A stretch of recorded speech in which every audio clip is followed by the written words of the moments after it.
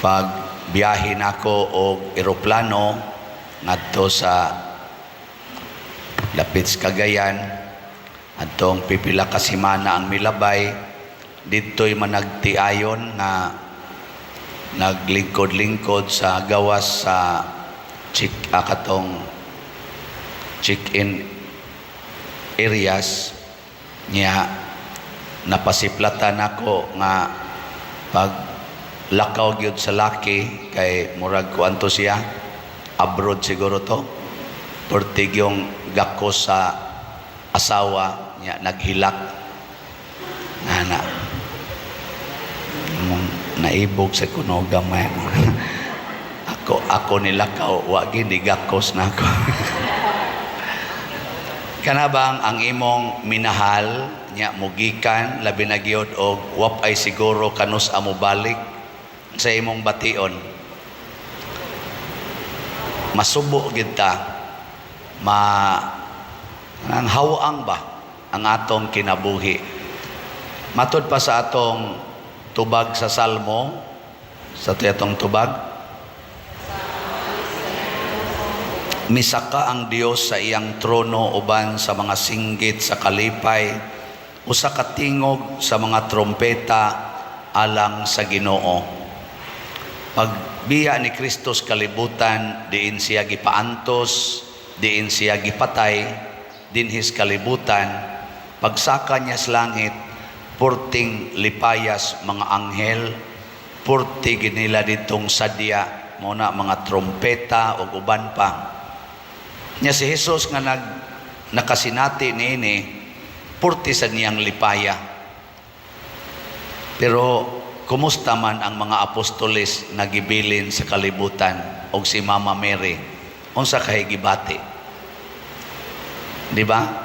Maguol gyud muna si Jesus kay nahigugma man nato, ingon siya, dili gyud tamo biyaan, ako mag-uban kaninyo sa kanunay hangtod sa katapusan sa kalibutan. O giunsa man niya paghimo, gibili niya nganhi kanato ang iyang gahom, power niya. Ang symbolic nining maong power mao ang Holy Spirit. Muna nga karon mao ang pagsaka ni Hesus sa langit. Ang atong mga pagbasa naghisgot nga niingon si Hesus, paabutan ninyo ang Espiritu Santo, ang gahom nga akong ibilin kaninyo. Iya na sa nang gisaad nga kutob sa mutuo niya makabaton gyud og gahom. Sige lingi ay mong tupad. Ingna sige kagamit sa gahom sa Ginoo.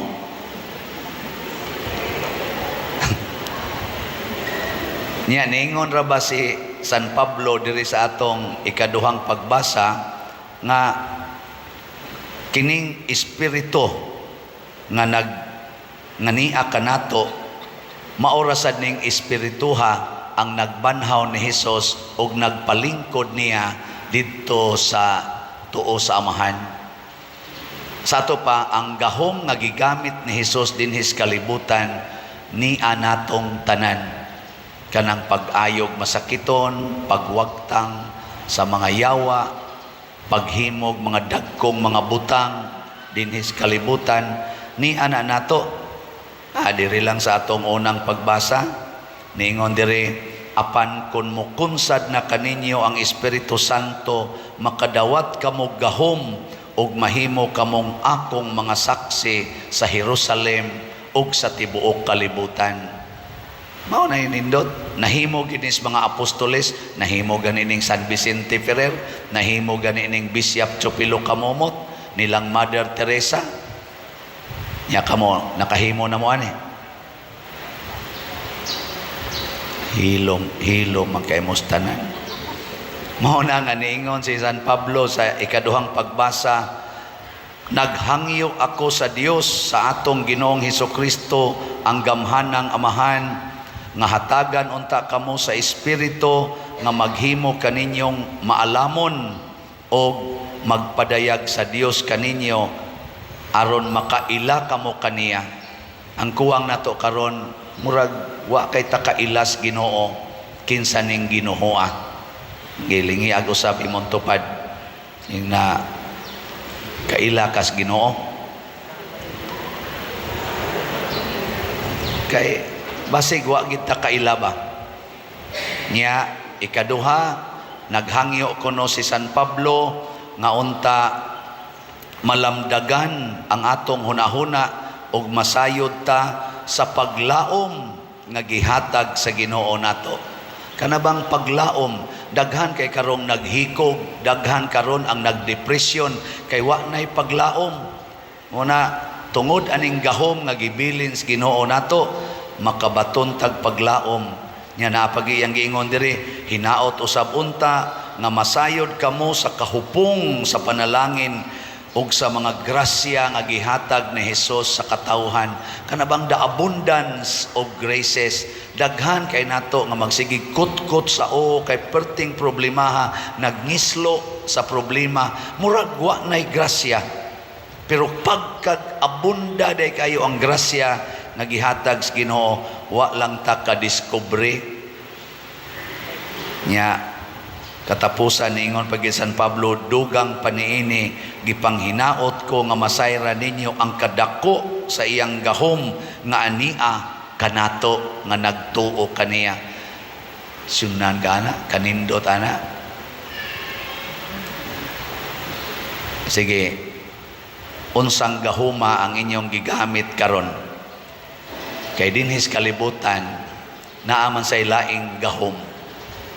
Ang samang gahuma, ang gahom sa kwarta. Hain maroy inyong gigamit ang gahom sa Espiritu Santo, ang gahom sa Ginoo, o gahom sa kwarta. Wala na inyong mga naong. Awa, di ba? Ang gahom sa kwarta, muingon dayon ka, basta naa kay kwarta, mahitabo dayon ang kausaban. Basta naa kay kwarta, giuban imong buhok, musud lang kas parlor. Basta naa lang kay kwarta, igawas nimo itong nakagbuhok. Niya ka ng imong buhok nga wa kakauyon ka iskolor, sud lang kas parlor, basta naa kay kwarta, igawas nimo blonde nakagbuhok. Basta naa lang kay kwarta, gamhanan kay ng kwarta. Kanang imong naw nga brown, nya gusto nimong papution, basta naa lang kay kwarta, sud lang ka dito anang himuanan anang naw nga puti, igawas nimo mura kag nagtransfiguration. Ikaw, lalaki ka, gusto ka mahimong babae, basta naa lang kay kwarta, ilisan ang imong genital organ. Sud lang ka ngadto ospital, inigawas nimo babae na ka. Dako na kikagdughan. Nindot na sagag no? Basta babae na ka, kay naa lang kay kwarta, makahimo kag dagkog mga butang. Kana lang bitang uban nga magkisi-kisi gyud nga mo abroad ngano man kay nindot makaitan-awon ang imong silingan nga nipa ray atop, busluton pa jud kay bungbong. Sus pagsunod tuig, dangtag duha ka tuig, mura na magpalasyo ang balay. Ngano man naka-abroad. Aba uba, nanali na si anak abroad. So, hala no. Mo na abroad, sige day, eskwela, doon eskwela, abroad, tanawa. Anak, gahom, gamhana na kayo. Kanas una, sus, gasuroy-suroy ra na diya. Mga pobre kayo na, karon tanawa. Nindot na kay mga sakyan na, gamhana. Kwarta. Siya ka na, man naka-abroad lagi sila. Nganong dako naman kayo nagbalay sa pari ng anak-anak. Sa pari di ay. So, pari. Dako kayo nagkuliktang pari. Pagpari dong, pagpari.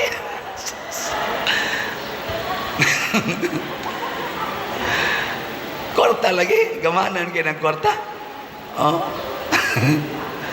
Isa ka na, man na mapari. Man na anak laki.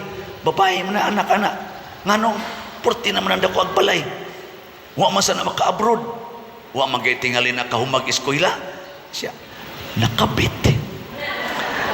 Kisa may kabit siya. Wow, day na.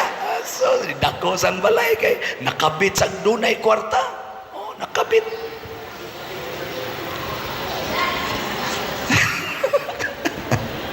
Siya ka na, wa man na makabit. Wa man sa naka-abroad. Usara may anak-anak ni graduate og criminology. Nganong dato na makinastanan. Siya nga, pulis naman, pulis. Kung sa may ranggo, isa, P1. Uy, kagamay ranggo anak, P1. Nganong nang balay mo raw nag-building. Protector man.